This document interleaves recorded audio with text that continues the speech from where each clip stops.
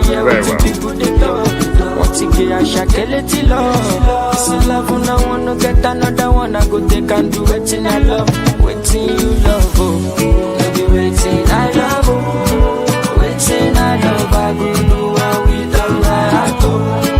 Go, no be vodka. Mr. Money Changer. But when I know the ways that Mr. You let a yum, yum, yum, yum, yum, yum, yum, yum, yum, yum. Naya pere,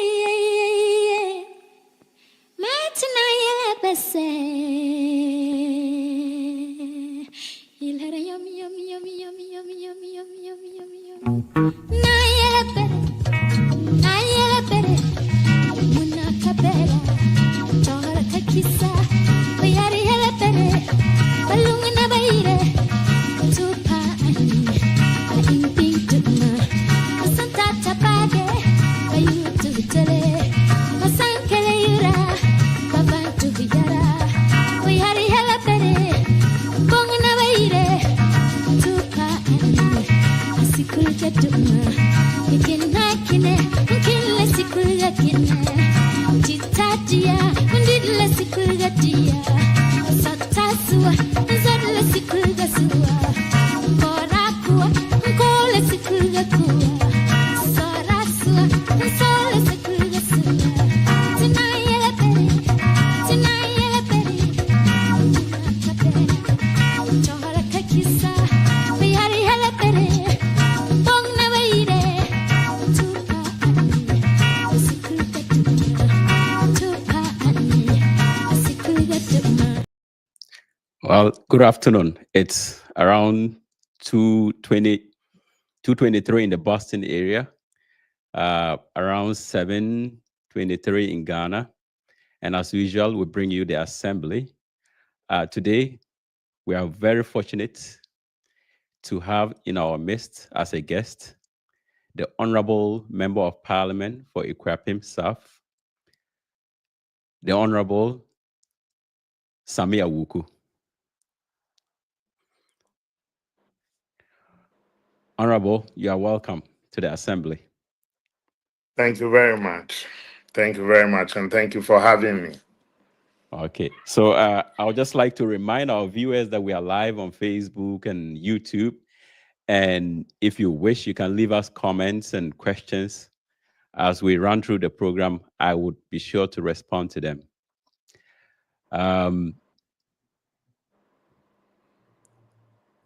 So when I posted the flyer for this interview, one on our Vandals platform, someone said Vandals Viking affair. But I remember I used to see it at the city. So were you just a pitcher? That's a good one. I'm a proud Vandal. The first year I was in the J block. The second year I was on the J block.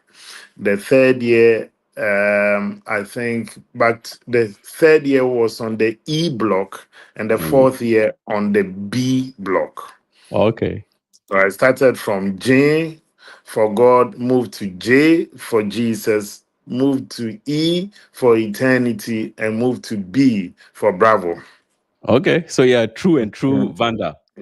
Exactly. Well, then V and then I was a sharp, and I took inspiration from Father Bakus and all the inspirational songs we used to sing to uplift the soul of vandalism.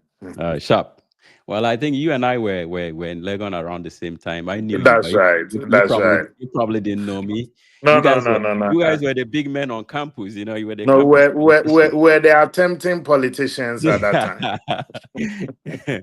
And you were the serious students. So not necessarily. You guys were the serious students. We were the student activists and attempted politicians. But God being so good, we have a way of now meeting and having a discussion centered around our nation. Yes. And whatever we hope to achieve. Yeah, the pleasure is mine. Oh, yeah. The same here. Anyway, you seem to have had a very steady political career. You know, many might even describe your political progression as without any hitches, you know. you were recently the Director General of National Lotteries, board chairman of Youth Employment between 2017 and 2021, national organizer, national youth organizer, deputy communications director. So you've risen through the ranks pretty steadily. What's the secret? Well, let me say a very good evening to your cherished viewers and the followers of the Assembly. And let me also commend you and your team for a fantastic job that you've been doing and you are doing. And anybody who brings governance and democracy to the doorstep of people, for me, is a hero.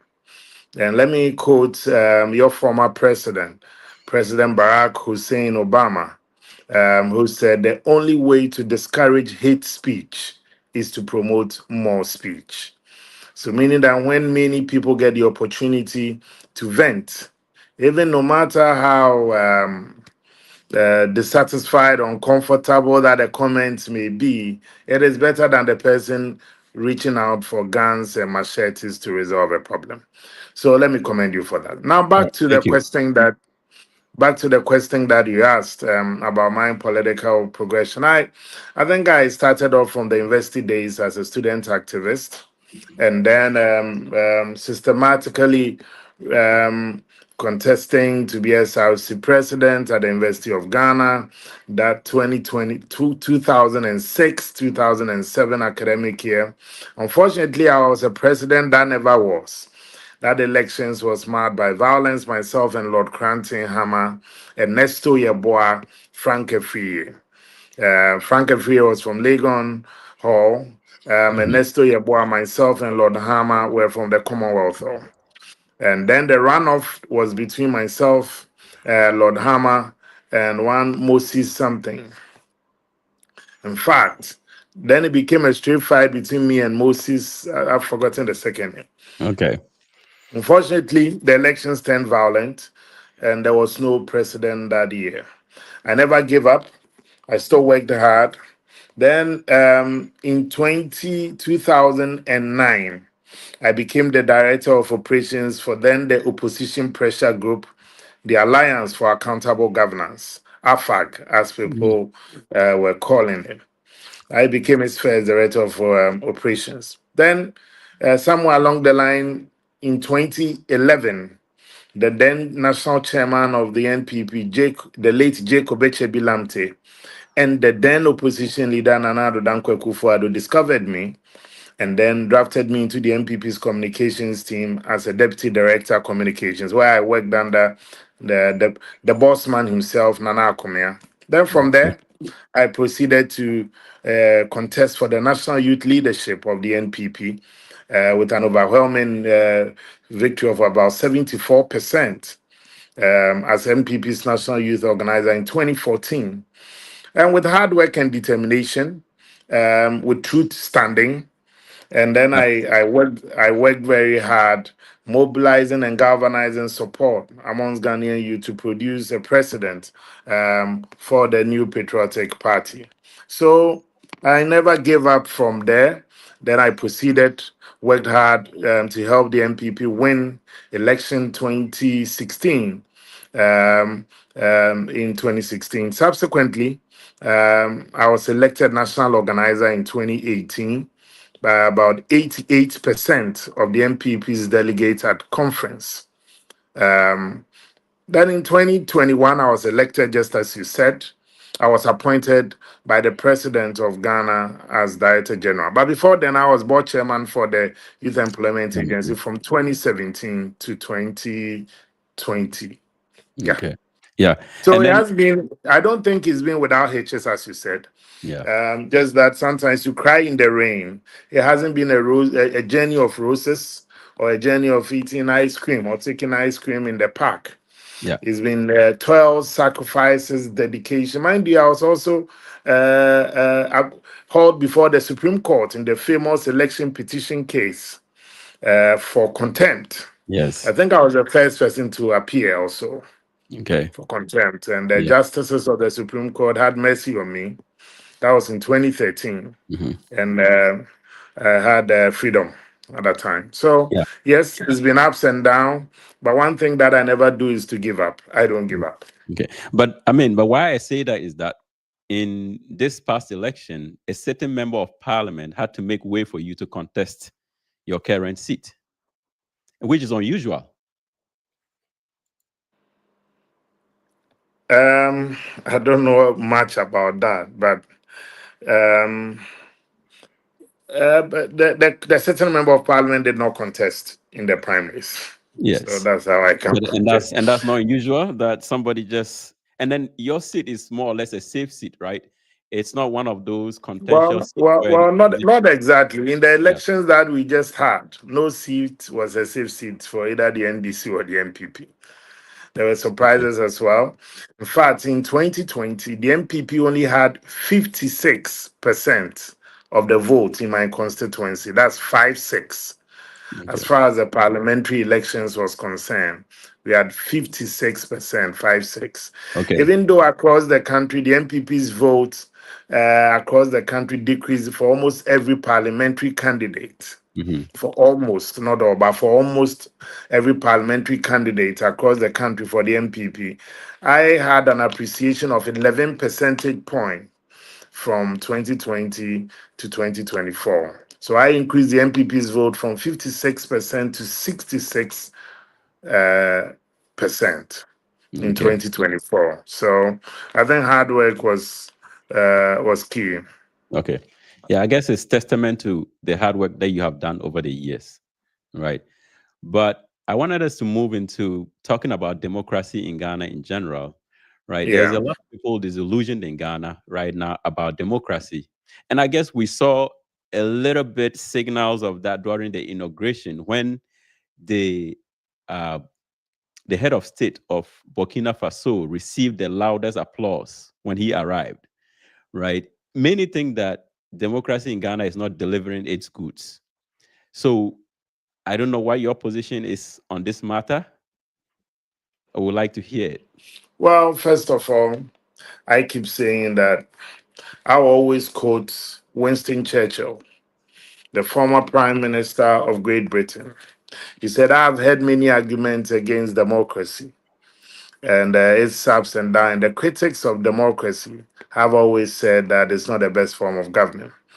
But he said, so far, they haven't been able to convince him of an alternative. So he said, in the absence of anything good, the West is accepted to be the best. So, meaning that the alternative to democracy is autocracy, where people cannot have their free will to express themselves, develop in freedom. Um, if you're under a military dictatorship, it has its own consequences. There's lack of integration. People cannot freely move about and express themselves. And I pray that Ghanaians do not become fans of these totalitarian regimes or military regimes. We've had it before Hmm. in 1979 to 1981. Then again from in fact, we have it from, 1981, 79. And then we had Liman coming in. Then 81, for a long period from 1981 to 1992. Yeah. And the horrific stories of our forebears, and many Ghanaians are still there. So I really don't want to be one of the people who will say that democracy has not really delivered. Yes, it will have its own challenges. I'm a product of democracy. And that is why I was elected through the ballot box to represent the people. It's about democracy, it's about representation. You are a product of democracy because today you're able to also interview me from a free society and a free world. Yeah. So I know that democracy will have its challenges, but I believe that it definitely, for me, at this point in time, is still the best form of governance. Okay. Well, I agree with that sentiment. And I think Ghanaians over the years have consistently rejected any other form of government besides democracy, right? Whenever we've had any military takeover, we have always resisted it and then gone back to a democracy, no matter how short-lived it was. But I think there's been consistency in this, in the sense that Ghanaians totally reject or totalitarian forms of government, right? But I mean, you have been in the political field for so many years. You have been on the grounds, and now you are a sitting member of parliament. Is there something or some areas of our democracy that you think need a little bit of tweaking or jettisoning to strengthen it, such that people might begin to gain more confidence in it? Well, I think it has to do with the governance structure of our system. And I'm saying this with great emphasis on the fact that the country you are in, they've been practicing this form of democracy for centuries. And then we have ours that we have gone past a good number in excess of over 30 years. And then um, today we have a whole new experience of social media. Through the power of virtual and social media, we are reaching out to many people across the world. Maybe one thing that I believe that the Ghanaian people must make use of it well is how to make use of the media and social media well.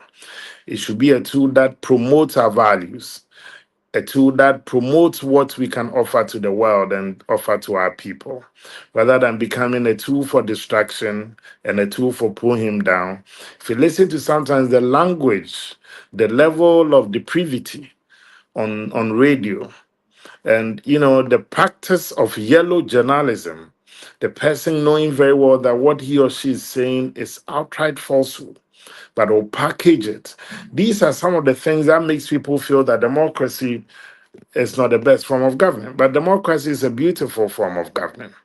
And fathers have been able to use it to develop and shape mentality of their society. I will be at a loss if anybody tells me that this thing that people have used to develop their country and then offered prosperity to their people, why can't we do the same? So yes, it's about how we have used it. Then again, the second thing that makes people also lose confidence sometimes is the conduct and the behavior of the political class, and of which I am no exception. Okay. People people see the political class sometimes as not really caring about the citizenry. And this sometimes comes through the vulgar display of opulence, the attitude between the political class and the very people who got them elected in there. And power can trick you.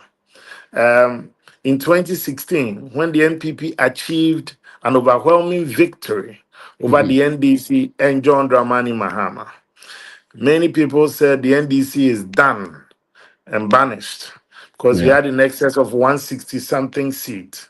4 years down the line, that huge majority was reduced to 137 by the Ghanaian people. And Okay. in 2024, we are on 88 and fighting for an 89 seat. So I've had the same syndrome of now NDC communicators and NDC appointees and surrogates and assigns of the NDC government. Oh, the NPP is done for good. They are not coming back again. Mhm. And it's like a replay of what some of our people said in the early hours of 2017. It Okay. shows that the voter too has become very complicated and sophisticated in Mhm. understanding the psychology of the voter. For me, plays a very key role in what the person is up and about. The voter can choose to complain and can choose not to complain, Mhm. and they will express their sentiments through the ballot. Okay. So I will say that for me, this has been some of the interesting observations about our democracy. Yes, it offers the best form of government. We've had our downfall with the way radio and the media, the social media is being used instead of advancing our values, derailing our values. And the level of depravity and language and the discourse, the quality of the discourse as well Mhm. for me. Okay. Far. Yeah. Okay. Well, and then some people have pointed out to the issue of accountability, that accountability is not built into Yeah. our system. Yeah. Can you hear me? Okay. I think you were cutting off a little bit, but yeah. Can you hear me now? Okay. Yes, Honorable, can you hear me? Yes, I can hear you very Okay, yeah. well. So some people have questioned the internal mechanism of accountability in the system that we practice. So, for instance, I mean, I had Bright Simmons here last week, and we had a conversation about issues of oral and the waste that goes on in our system, and he described a scenario where we have politics without policy, and then he says that politics is essentially divorced from policy. The two don't interact. And so we don't have the internally built system of accountabilities that will hold politicians to account. And for that matter, there's a lot of waste that goes on that we can hardly point to any specific politician. And so for instance, when they say Operation Recover or loot, his opinion is that most of it is hidden within the inbuilt systems of waste that exist rather than a specific politician essentially stealing the money and could be identified. So what do you say about the lack of internal systems of accountability in our governance system? Well, there's an observation from a CSO Yeah. and a social commentator. Our systems have its own inherent structures, but it's the enforcement and the application of these laws. Um, you have anti-corruption bodies. You have Yoko, you have SHRAD, and now we're living the instrument of RTI, right to information. Mhm. And we have also these bodies that investigate corruption and alleged corruption related offenses. You have this Office of Special Prosecutor, you have investigative bodies like the BNI and that of the CID and all. It's about how we enforce these laws. Public service, one thing that any of us who seeks to go into public service must know that one day there will be accountability. And so clearly you will have that. What Okay. I may what I may disagree a bit is the fact that every waste is somehow embedded in the governance system of our country. I just think that if you have SHRAG, in fact, the SHRAG boss was appointed by President Mahama somewhere around the 19th or so of December 2016 after the government had lost election. And then also the NCC boss, National Commission for Civic Education, and then that of the Auditor General. President Akufo-Addo worked with these same institutional heads and institutions during his tenure. But the point is that if you have these anti-corruption agencies and bodies, and you set up Operation Recover or Loot, it becomes interesting because then that Operation Recover or Loot is not embedded in the legal system, and so they won't have prosecutorial powers. And Yeah. whatever that they do, you must still send it to investigative bodies to go and investigate as well. Which for me, Okay. one is time wasting, if you ask me. Okay. And two, it was totally unnecessary. You could have still relied on these anti-corruption bodies of Yoko, of SHRAG, the CID, the BNI, or the NIB, and they can still do a good job for you and investigate them. You direct them in terms of what you expect, and then get the OSP and that of the Attorney General's office also functioning. And Okay. then what makes this fight also a bit lopsided, the fact that as we're embarking on recovering alleged loot Hmm. of public officials or former public officials, alleged loot. Yeah. At the same time, people who were also standing trial for alleged looting, their charges were being dropped in sequential order. So it's like more of a debit and credit system, which Okay. for But me wasn't yeah. too great.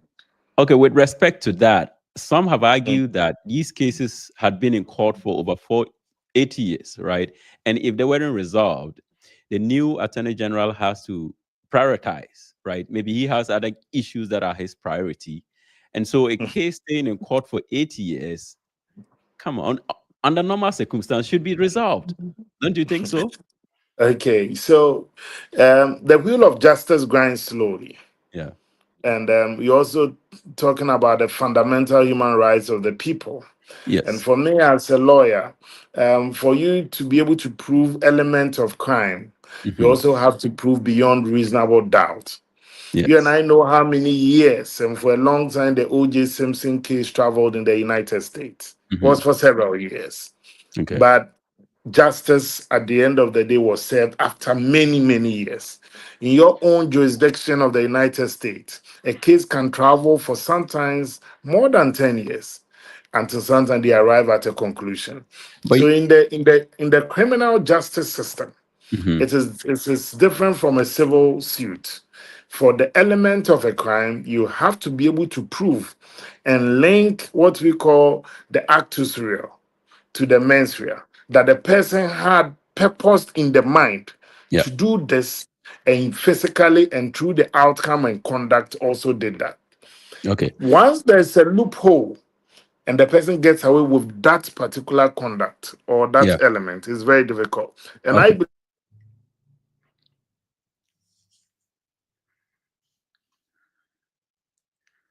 All right.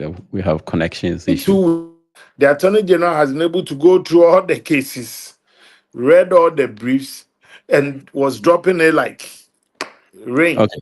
That, Yeah. that, that for me was problematic. So, yes, I am not saying that public officials alleged to have embezzled, misapplied, or looted from the state, whether they belong to Party A or Party B, cannot or should not face justice. But at the same time, when you are doing that, and people alleged to be, not alleged, sympathizers of yours who are standing trial, within just 2 weeks, you file nolle prosequa, and it was like a minute by minute basis. So that's where, for me, I Okay. find it a bit problematic. Yeah. No, I've had this conversation with other people, and you mentioned examples in the US. As far Yeah. as I know, with most of the corruption cases in the US, they are resolved relatively quickly. Recently, they had Senator Mendez in, Mm. I think, a senator from New Jersey. He was arrested somewhere in the middle of last year. He's been sentenced. So, I mean, and there's so many other corruption related cases where the time of resolving the cases are relatively shorter. And also, the argument could be that there was more motivation for your party to have dealt with these cases because there were individuals that were largely associated with the current party. So if they couldn't resolve it within 8 years, then naturally speaking, it means that there was lack of evidence, right? Because you really needed Not to at make an all. example. Not at So all. Because if yeah. you are trying a case in the High Court, Mhm. and then whilst the trial was ongoing, somebody has reservations and appeals to the appeal court. Okay. If the person is not satisfied with the decision of the appeals court, and in exhausting the legal remedies available to the person within the ambit of the law, the Mhm. person proceeds to the Supreme Court. You can go to the Supreme Court, and when there is also a ruling and you are not satisfied, you seek for Yeah. judicial review. Yeah, but most of So these you cases can never went have through the lower people, court, right? Most of yeah, these that, cases that never even went through the lower courts to begin with. no, no, no, no, no, no. Mhm. It depends, Mhm. because once the case also starts, once it's trial, and it's at a high court Yeah. and begins as well from the court, from the high court, you move to the higher bodies of going to the appeals court and to the Supreme Court. But what I'm saying is that at any point in time, a person deserves to be heard, and that is a rule of natural justice. Yes, people can also abuse the court processes, but then you shouldn't that the person cannot be heard and should not be heard. And for me, these Okay. for me are critical. Yes, you may have the Okay. point with the delays in the delivery system, or but it is what it is, because sometimes these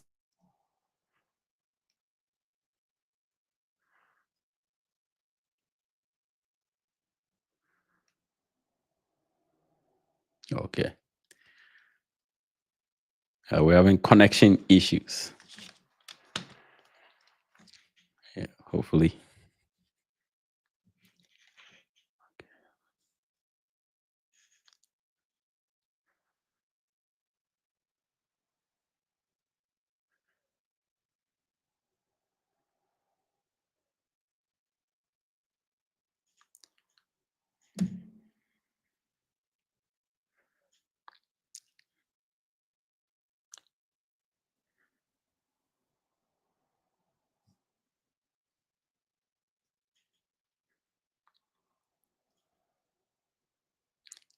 All right, I think we're having connection problems. Il had a yum yum yum yum yum yum yum yum yum yum. Nayela pere Matinayela bese. Il had a yum yum yum yum yum yum yum yum yum yum. Nayela pere Muna kapela Johara kakisa Bayari hele pere Balungana baire Tupa ani Imping tutma Masanta tapade Bayu tutele Masankele yura Babantu bigara Bayari hele pere Bongana baire Tupa ani Asikul jatuma. Okay.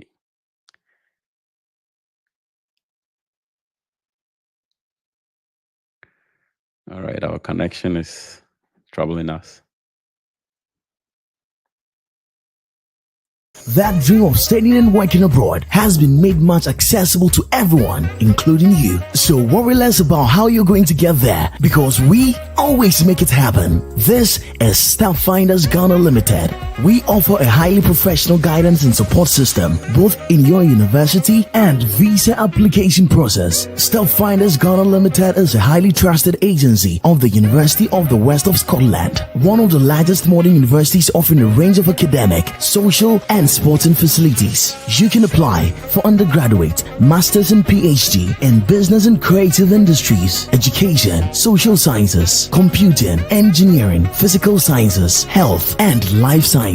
Come through Step Finders, and for your studies, you get yourself a laptop or a £500 gift voucher. Call on +233 598 4888 04. WhatsApp on +44 7404 711 049. Send us an email or visit our website for more information.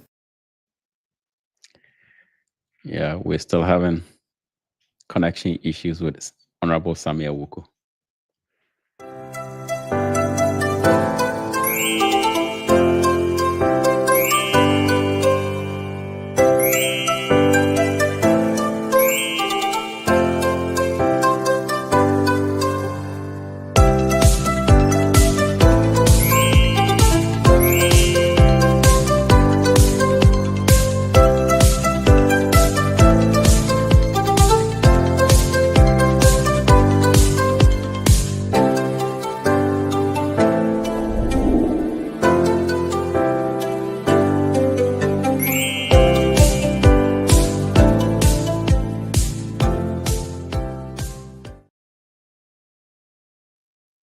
All right, we're back.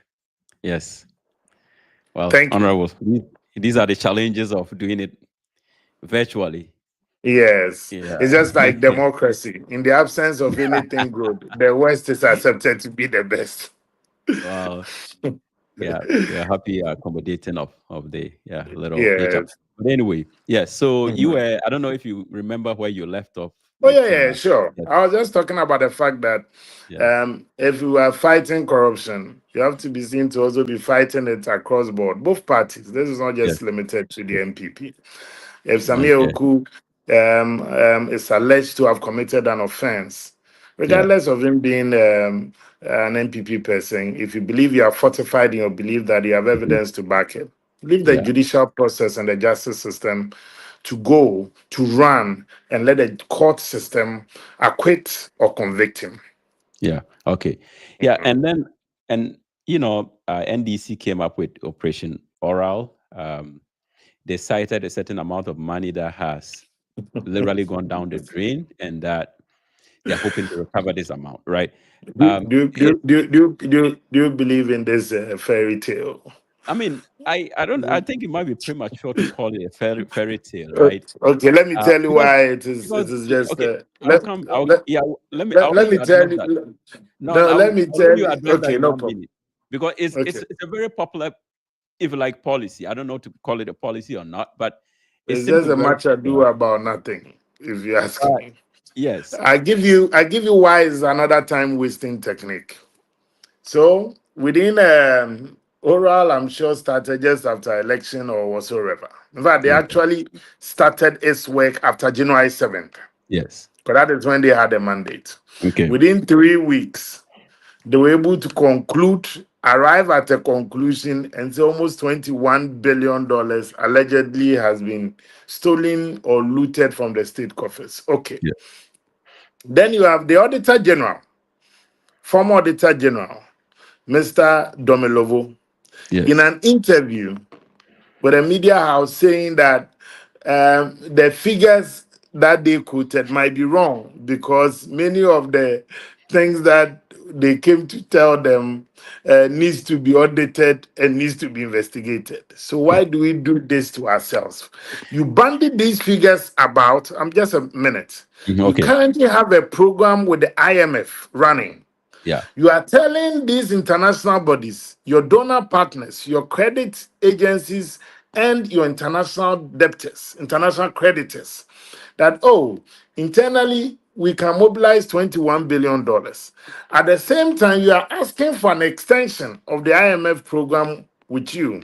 You are asking for re-engagement and renegotiation with your creditors. You, the same people, are saying, oh, internally we can retrieve $21 billion.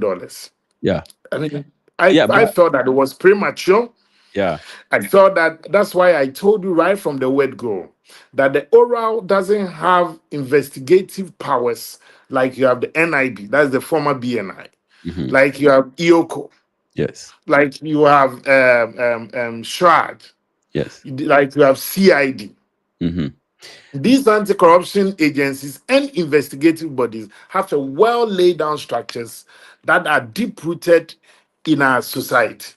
Okay. But Yeah. I But just feel that. but if you recall, they said the purpose of oral was not to prosecute. It But what was was it to do? the purpose was to collect information of alleged acts of corruption and waste, right? And they said that is the information they collected and handed it over. Some Yes. of the people who are leading the oral. Let me give you an interesting story. But give me a second and let me finish. No Let me, problem. yeah. So I'll oblige. yes, so they say, right, that they were just collecting information and they handed it over to the body that has the power to prosecute, investigate, and prosecute. You also mentioned that the wheels of justice grind very slowly in Ghana, especially. Mm, And mm, so the idea that if they are going to the IMF for less than $3 billion and they mm, can collect over 20 billion internally, why are they still going to the IMF? But they have to go through the legal system to mhm, recover some of this money, right? mm, So I think the IMF analogy might not be a little mm, bit fair on their part, but I was even saying that to say that I listened to against Bryce Simmons, who said they probably need a mass of prosecutors to actually make this happen, right? So we admit that there might be challenges in terms of the number of prosecutors they might be able to send out It's there. not a matter of prosecutor. It was a clear guesswork that they went to do. Guesswork. So you can look at a building coming up somewhere belonging to a private man. So we estimate that this building will be, let's say, $1 million. Okay, let's add it to the shopping list of monies that we are going to recover. At the same time, I said the leaders of this same Oran had been Mhm. cited by previous Attorney General Martin Amidu when Professor Mills was there, that some of them were bringing him judgment debts to pay, unvalidated and unverified judgment debts. Okay. Leader of Oral came before Parliament's appointment committee and said for 8 years he's been renting at Airport Hills, the most expensive place in Accra, month on month for the last 8 years. Yeah. Month on month. You're talking Okay. about tens and thousands of dollars at Airport Hills. Yeah. So, but that's what I'm saying. Let's not make a joke out of Okay. our governance system Yeah. and our democracy. My sense is that the Hmm. same work that you're asking Oral to waste your time on, get the CID, get the BNI, get these anti-corruption agencies that are seen in the eyes of the people to have the credibility and clothed with the powers in the constitution to do that for you. If I come and Oral comes to, they don't have even a court warrant to even inspect my home. Yeah. And when you have BNI or NIB, when you have Yeah. CIB and these constitutional bodies, and they come with a search warrant, you have no choice than to enter them into your homes. Okay. That's why the oral is facing all kinds of problems So I'm sure because they that might don't have have the been. legal backing. So with them having transferred the information to the Attorney General, they may Mm. affect what you just described. So then Issue. why do you go through this long route when you Well, have a shorter route? I think this is a matter of policy. We'll leave it It's to a them. matter of To, policy. It's just a yeah, matter of still just wasting our time on it. yeah, But basically, I am yes. saying that for every public official, if you have held public office before, or you are in public office, always remember that there will be a day for accountability. And you Okay. should not fear the scrutiny of the people. You are not saints. The law doesn't state, and the law doesn't expect all of us to be saints when we are in government. And in public service, it's not about the results. It is Okay. about the process. So if you see that this institution erected this head office, the institution has erected the head office, but what was the processes used? The procurement processes, the Public Financial Management Act that was applied to make sure this edifice was erected. And I can tell you for a fact that these are things that oral on its own cannot dig to its perfection. But when you use the legal system and the constitutionally clothed bodies, they can help you with the right information and investigate. That's all I All was right. trying to say. Okay. All right. So fingers crossed. The Mm, truth will always stand. exactly. Right. Exactly. So let's give them time and then see Yes, what sir. they come up with. But They have all the time, and we'll yeah. All give right. them the support that we need as opposition. And Exactly. our job is also criticize government constructively and Yes. checkmate government on behalf of the people of Ghana. Absolutely. So, but Mm. even before we went down this path, I wanted us to talk about the election and what happened. Yeah, I mean, yeah. I just wanted your opinion because I mean, you've been a grounds person for a very long time, and I mean, I followed the election, but not so much, and you weren't too visible compared to in the past. But I think you still have an honest opinion about what happened to the MPP in this election that they received what the Americans would say shellacking. Well, basically, we went into the election seeking to do what has not been done under the Fourth Republic. The MPP sought to break the eight after 2 terms in office. Um, Unfortunately, the NPP could not break it, just as no political party under the Fourth Republican rule has not been able to break the dreaded eight. So, one, and then secondly, we had come through COVID. And excuse me for my word, the senseless Russia-Ukraine war. And in fact, the impact of even this war has even reverberated across America and Europe with the cost of living sometimes very high and people, feeling the pinch at the pump. The global economic factors and the economic situation globally, continentally, and locally also affected the NPP. Be as it may, many governments fell, including the democratic government of the United States. Yeah. So it wasn't new. The Conservative Party fell in the UK.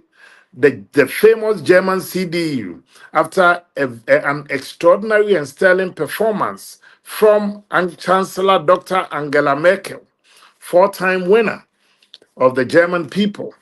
So you could see clearly that people were tired with their governments, Mhm. and then people were also open to trying alternatives. As to whether that adventure will be good for them or not good for them, they will express their sentiments through the ballot box in the next election. Okay. But I mean, it sounds to me as if you have oversimplified the issue Oh, not because, not exactly, but it is what it is. yeah, because for instance, I mean, when I listen to Mm, other MPP folks in the media, they seem to be of the opinion that there mm, was a lot of opulence by government officials, and also the Akufo-Addo government didn't really listen to the sentiments of Ghanaians. There were many cases of alleged corruption, right? I mean, I read Manasseh So as well as yeah, I so there read were Manasseh. gamuts, there were I gamut read of issues. okay, well, I read Manasseh's book, right? The president Mm. Ghana never The got. present we never had. Yes, exactly. And that book is a 400-page book that almost described Ghana as a crime scene under Nana Akufo-Addo. Like it's just littered with, alleged and investigated cases of corruption. And I think there are a lot of MPP folks I'm in the sure media. you mean this book, right? Exactly, that book. Yeah, I have a copy Okay. here as well, Okay. So I have a copy as well. Yes, And so I'm in tune with what you're saying. yes. And Basically, yeah, you have to be open to criticisms. yes, He has captured his opinions, his observations, his perception, and things that he also came closer to seeing. He's captured them in this book. The yes. same Manasseh today. Manasseh is very objective. He's a very good friend of mine, but one thing I don't take away from him, it is ability to analyze and critique issues. I'm sure you've been following his latest write-ups and the way you were able to speak eloquently Hmm. about the things that you believe caused the NPP and cited Manasseh. Manasseh this week has also spoken about the clearing agent tag as well and Okay. said now Mahama is the chief clearing agent because he believes that the very things that he also investigated and helped Hmm. the states to prosecute with the stroke of a pen, the Hmm. Attorney General, in exercise of his powers under the Constitution, had filed nolle prosequi to discontinue these cases. The Attorney General has been in a banter with the celebrated journalist. So the shoe is on another foot. Okay. Okay. Mm. Well, But anyway. you are so right in Yes. some of your observations, Hmm. and that this is what people have also said about the opulence of government officials, perception and alleged corruption-related cases. People also feeling that the NPP did not listen much as we expected them to do. And Okay. so they voted and expressed their views and their concerns through the ballot box. Yeah. The same way they voted out the NDC in 2016 by expressing their views through the ballot box. And I think that um, we have to learn our lessons, and the MPP is still in that process. We are going to now, we currently reflecting on what happened. That is through Hmm. the setting up of the Professor Michael Quay Committee. When the committee is done with this work next month, we'll have to now review what was done, and then we move on to the next phase of recapture, of rebuilding and recapture. Okay. Okay. All right. Well said. Anyway, so my next conversation was around the issues of aura, but we already talked about that.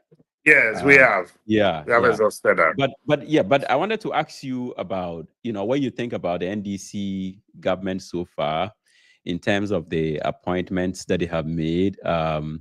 Does it inject confidence into the system? Is the what slogan do they use? Is it reset? Right. So Resetting Ghana. do you think the So reset let me agenda provide is you going to with come my through? assessment of the NDC government so far. Yes. It's been a month of setting up of committees. Ora was a committee set up. Mhm. We had another committee to or review what Ora has done. Another committee to set up to look into our constitution. Another committee set up quite a good number of committees being set up. The Okay. second one was something that they did in flagrant violation of the 1992 Constitution about people having the right to work and the Okay. right to also live economically Mhm. by sacking, by the stroke of a pen, sacking tens and thousands of young Ghanaians. That has delicately and deadly put the future of young people at risk. And, the Honorable Osafo Maafo made similar pronouncement in 2017 during his vetting Mhm. that people whose names or whatever are not captured in the payroll as at December are people that cannot be captured in the January payroll. So basically, in essence, and by stretch of it, saying that they were going to sack people. The government drew his Yeah. attention internally that Mm. was unconstitutional because President Mahama had the mandate of the people. So the Yeah. night 11:59 of January 6th, Mm-hmm. 2016. No, January Yes. 6th, 2017. Yes. And that is why the NPP still had to live with Josephine Nkoma, who was the NCC boss, was appointed, had to live with Domilovo, who was the Auditor General appointed, all in December after the elections were lost by the then Okay. ruling party. And then also with Mr. Whittle of the Yeah. Shroud. Joe Whittle. Yes. I'm saying all this because what I witnessed this week is just misery. The Ghana Registered Nurses and Midwives Association have strongly rejected this call and said, look, we already have a gap in our medical delivery system. These people that, in fact, they also made reference that just as the NDC had a backlog of people they could have absorbed in 2016 and they didn't, the government of the NPP in 2017 had to absorb those people. Okay. And they've been asking and seeking for clearance for years. They got some clearance, and with the process starting last year, somewhere June. If the process got completed end of the year, and you are saying because there had been a change of government, these Ghanaians who deserve the right to live and the Okay. right to decent work, and also in consonance with SDG 8 of the United Nations, Yeah. they should all go home. What this means is that you are setting a precedent for a future government, which may not be an NDC government, to also come and say, okay, you know what? All those who were employed from 2025 January to 2020 8 Yeah. December. All these people, we believe you have also worked enough for 4 years. So go home and let other people come. I mean, clearly, this for Yes. me is an affront to our democracy.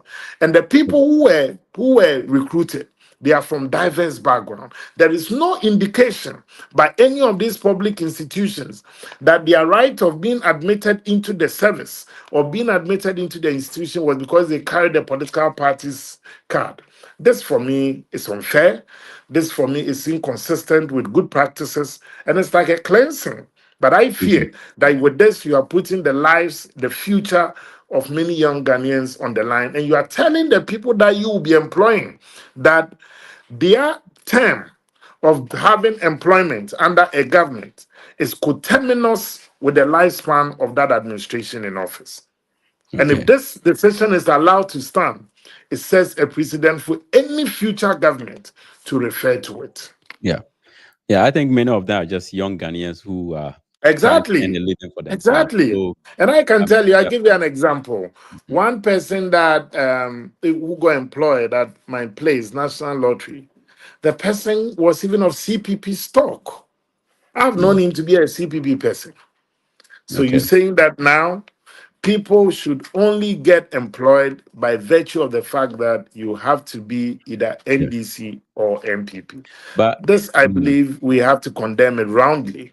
And when people make reference, oh, in the past we had one or two of it, that is why you said that that party was voted out. yeah. So So, but then, in that case, it's a tragedy. could this have something to do with Mm, mm. the sentiment that an outgoing government decides to overbloat government payroll and puts the burden on the incoming government? Did you I read President Mahamad's post in 2017 May when that statement was half mouthful gave the impression that government was going to sack work? He said that this is ridiculous. It Okay. cannot be.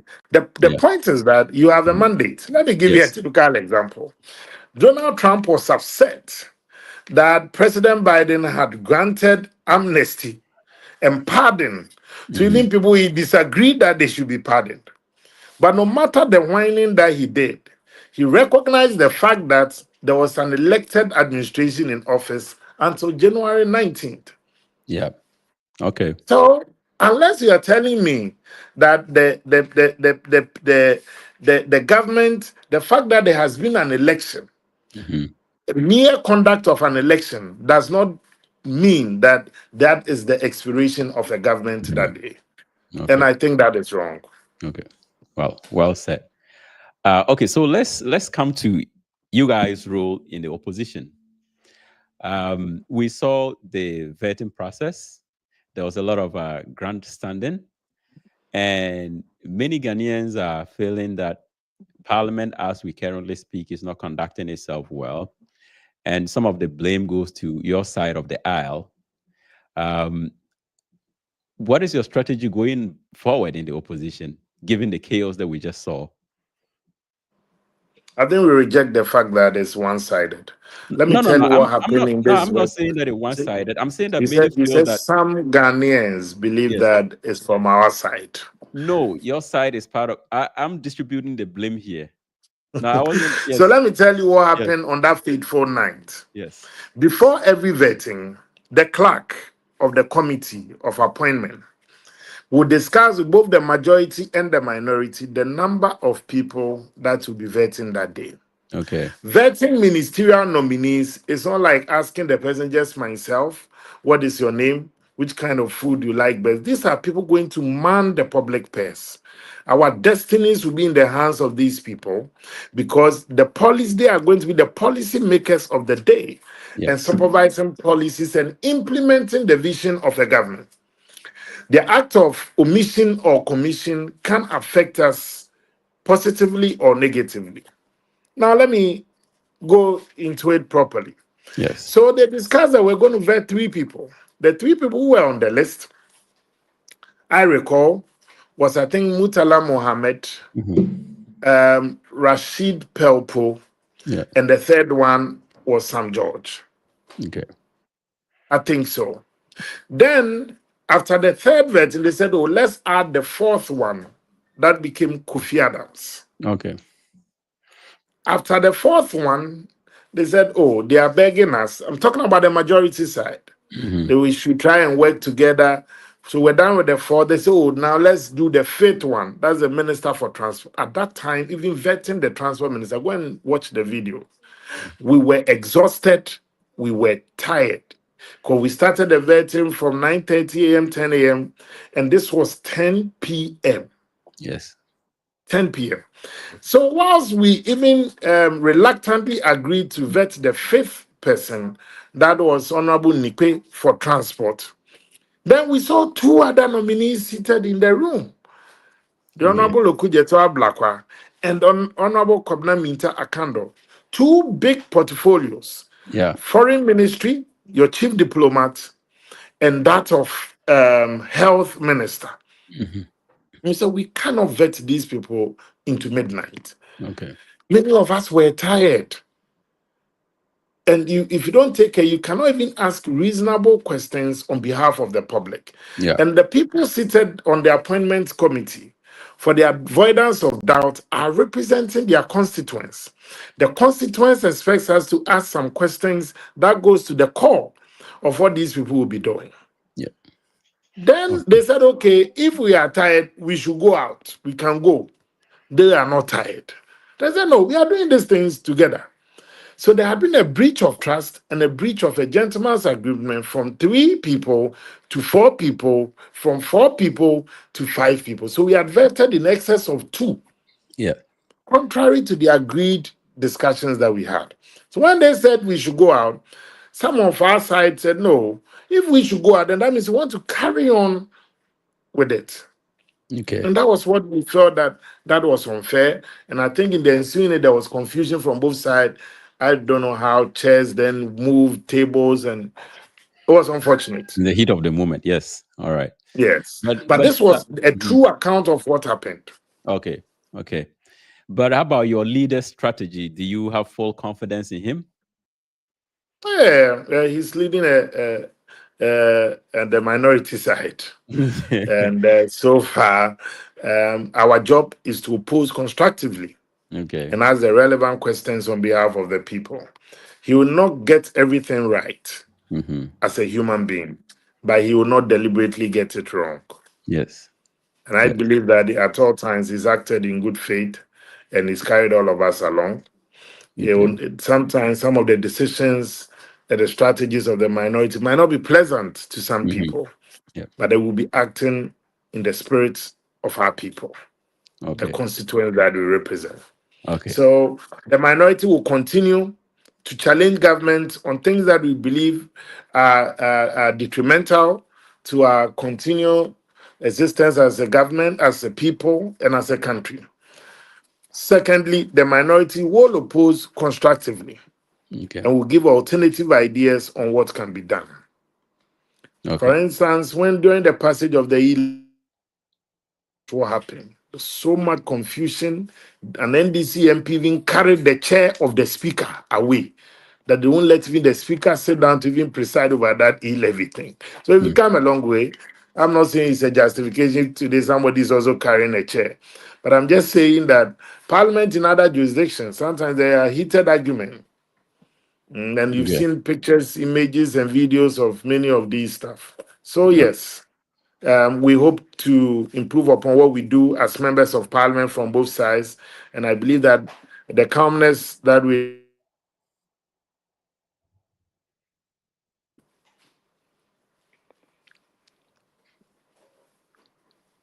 yeah, Okay. Um. Yeah. So I think we are losing you here and there, but yes, sir. okay. All right. So This is now, what are you looking for? yeah. So let's move forward. Okay. I think we've lost honorable. Um, okay.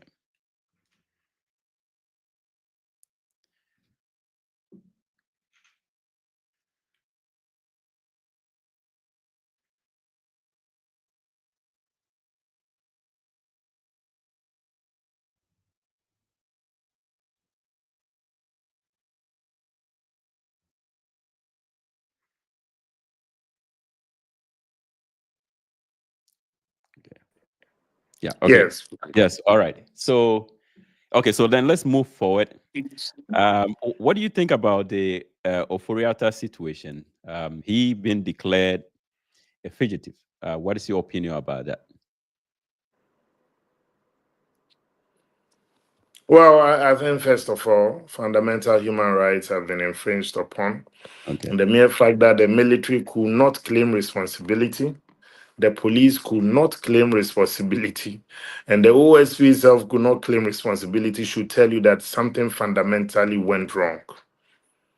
Because when you see armed soldiers, armed policemen, and you cannot tell, and both the police hierarchy and the military high command are unable to tell you that we sent them or we did not send them. To make it much more tragic, was led by somebody who just had his charges dropped against him by the state. Somebody was standing a criminal trial and a corruption trial and had his charges dropped. And the day after the charges were dropped, the person was leading an armed operation, enters the residence of a former finance minister, and at gunpoint takes the domestic staff to the bedrooms and all. I don't know how you see Yeah, this. that's terrible. But but, Yeah, but I think that this is clearly not on. yes. I don't think that Mr. Kenoforiata will run away from accountability. Okay. I keep saying, and I've repeated that for every public servant of yesterday and every public servant of today, you should know that someday there'll be a day for accountability. But Mhm. then you also have to grant the person a right to fair hearing, which is inherent in a constitutional democracy. Mhm. I believe that during the Airbus scandal, the OSP even flew to London to interview President Mohammed's brother. Okay. I don't think that this, if you think an operator is even delaying, you need some answers badly. Taking a flight to go and interrogate the person, even in the US, because if you think the person is keeping long in a hospital, Yeah. I don't. We've moved on So from the kangaroo rule and yeah. the rule of intimidation and dictatorship. So I you think think that was a blot on our democracy. okay. So but you think that the OSP declaring him a fugitive is unwarranted? Totally unwarranted, especially when you are not exhausted all the avenues. Totally. Okay. All right. Totally. And especially when the person had sought leave from the previous chief of staff after election and has sought leave again from the current chief of staff. Okay. Yeah. Yeah. So Hopefully that it's matter gets clearly, resolved, and then if he was yes, found, yes, yes, yes, yes. yes, yes. But I mean, let's move to you, the Let, youth. let, let him have his His hearing day in in court. court. Yes. Yes. Yes. I mean, and that's all democracy is about, right? Okay.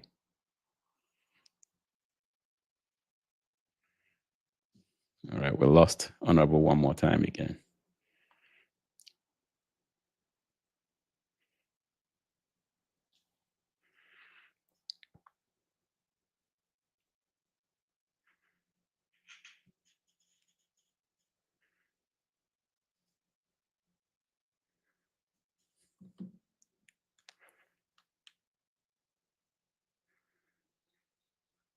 Okay.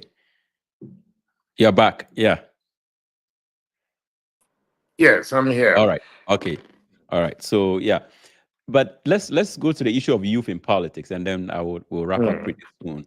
You came through the ranks of a young politician, or a student politicians from Legon, rose through the system. There are many that have complained about sort of the transitioning of many young people from school into mainstream politics. And the argument is that they haven't really acquired any real life experience out there that they could translate into sort of a meaningful way of running the government if they eventually are given the nod. What's your take on this, and how do you think young people should navigate the political terrain? Well, first of all, me, I'm a very fair-minded guy. I even commended President Mahama for appointing young people, and it's on record if you check the news outlets 2 weeks ago. Mhm. And I believe that the world has made a shift. We are not just, the future is not just for the youth tomorrow. We should Okay. be part of the decision making process today so that we can own the future. And the future is actually today. And if you check Europe today, many of the prime ministers and heads of state are young people. And I believe that if you give young people the exposure and the experience, President Akufo-Addo also appointed many young people. Myself, Abu Jinapor, Herbert Krapper, Asenso Boache, many of them. It's very great and good. If you take the CEOs, just too many. But the point is that, yes, we don't always get it right. And that is why I believe that the godfathers and the mentors should also behind the scenes be guiding them. We cannot have a situation where it is always in the governance system is always being led by the very old people. If you Okay. do that, then you are telling the young people of Africa that they are not ready to take charge of their own destiny. For this, I disagree. Okay. Yeah, and I believe that this is also a challenge to all of us as young people. We have to know that people are watching us and observing us, our lifestyle, what we do, how we relate to people, and how we even connect with the ordinary Ghanaian is also being watched. And yes, this is what I will make out of it. Okay. So let's then come to a more personal level. What Yeah. does the future hold for you? Like, what is. Well, I really want to serve my people in dignity, and I want to serve my people in honesty. I want to be a very good politician, a politician who was a people's politician for his people. I've just been elected member of parliament. Within the last 1 month, I've been able to take about three major investors to my constituency to help improve upon agriculture and farming.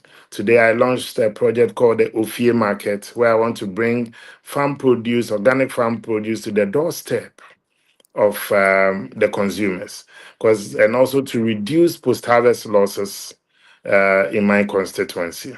I've also, within just the last 1 month, working on microcredit facility for the traders and the rural traders in my constituencies and those who are into petty trading and our market queens. Again, I've also facilitated the road construction of some major roads in my constituency. Yes, and one thing I keep telling them, which I told them today, that I'm only playing my role, will do my best and my part, and I believe that wherever the destination may be, let it be said that when this young guy became our MP, we saw economic empowerment for our people. Okay. So, how about the future of the NPP? You guys Well, won the election. yes, Yeah. I think I was seeing it at a point when the call got disconnected that Okay. hopefully by the end of next month the Professor Michael Quay report will be ready, and Mhm. when that report is ready, the party will then have to gather at this national council level to review the recommendations of it as well. This is the reflection mode. After that, we all go into a rebuilding, and then we move to the final phase of recapture. Okay. So So I, yeah. I am one of the people with the strongest conviction that the NPP presented with a good arrangement. We should be back in power in 2029 January. Okay. So who Mm. do you consider currently as the leader of the party? When you say as a leader, per our party's The leader of, constitution, yes, the leader of the party. Yes. per the NPP's constitution now, it's not about who do I perceive. The party's constitution is clear that when you are in opposition, before you elect a flag bearer, the national chairman leads the party through the waters. And Okay. then And then when you elect a flag bearer, the flag bearer also then champions the cause of the party. Okay. Um. Yeah. So I have a question from a one-time EC of Legon. I don't think he was the one who presided over your election, but yeah, he was an EC the year before. He says, "Do you think partisan politics at the national level has marred campus politics or student politics?" Well, I think the national politics influences student politics. And for him, as he has been an EC boss before, he will tell you in close circles that he was under pressure from the two major political parties because they wanted their person to win. And I'm saying this because on the campuses you have 10. Yeah. That's the NDC's wing on campus. Then you have TESCOM. That is the MPP's wing on campus. You have Test Mhm. Chat. That's the CPP's wing on campus. So clearly, these political parties have interest in the Mhm. governance, student governance. So I don't think they have mad, but they have influenced the selection and election of leaders. And it's the campuses are the fertile grounds for the political parties to raise their future leaders. I'm a Yeah. product of that. A Blackwire is a product of that.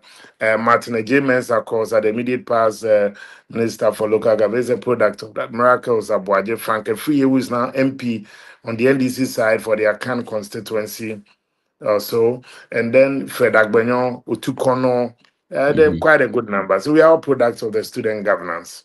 Yeah. All right. Well, if Thank you have you. any concluding remarks, yeah, you're more than Well, welcome to deliver. what I would Yes. say, No, you're what I would muted. say Yes. what I would say is that I believe that Mhm. the future of our country is bright. Okay. Just as every democracy undergoes some turbulence, we may be facing our own form of it, and the aftershocks of some of these international factors and the global economy will definitely face ours. But in the absence of all that, I'm one of the staunchest supporters of democracy and democratic values. Again, I also do believe that young people in politics should be encouraged and guided because you definitely will have people who come in with a sole aim to make money. But I Okay. believe that if you work hard with integrity and live with your credibility, let your conscience always be your guide. Because just as I said, Lumba put it aptly, or said, Nipa beji din, nipa so ame. So you have to work hard for you to make a good name for yourself. Because even if you're 100 years, you will still die. Tiwambe Penyinche. And I also want to conclude by saying a big thank you to you and your platform, the Assembly, and to your cherished viewers and followers of today's discussion. I'm in your debt, and the All right. pleasure has been mine. V-mate, Thank you. I Sharp, think sharp. Father Bacchus will be proud of this moment. I believe so. And may the spirit of Father Bacchus also continue to guide us in all the things that we desire to do. Sharp. I wish you could sing some of our songs, but this is a But public no, record this is and a not public not platform. suitable for that. Thank Yes. you. Yes. Well, thanks a lot for making the That's right. time. Yeah, you're a very busy man. You have hundreds of constituents to attend to, and then you've taken the time this afternoon to honor our invitation. But I still hope that you will always squeeze time to join us whenever we call on you. And I really appreciate this. Thanks a lot. All right. I think we froze in that last moment. You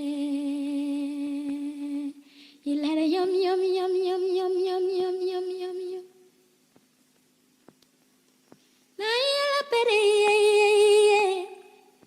My tina yela pese.